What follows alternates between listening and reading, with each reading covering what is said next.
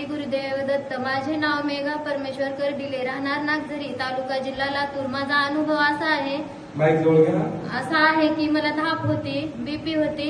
मी गेलेल्या पौर्णिमेला पण अनुभव सांगितले, पण नंतर बी अनुभव आला मला. धाप बी कमी झाली, बीपीची बी गोळी कमी झाली. आणि त्या दिवशी येताना 85,000चं सोनं सापडलं होतं मला. कुठं? इथं पानगावच्या तिथं. रामकृष्ण.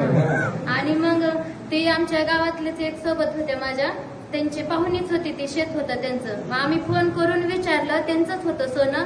आम्ही परत दिलं. इतक्या वेळेस आम्ही वारीला आलो, पण आम्हाला आरती सापडली नाही ह्याची, दत्ताची गावातली.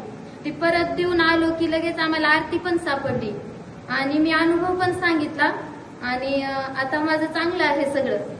टाळ्यांच्या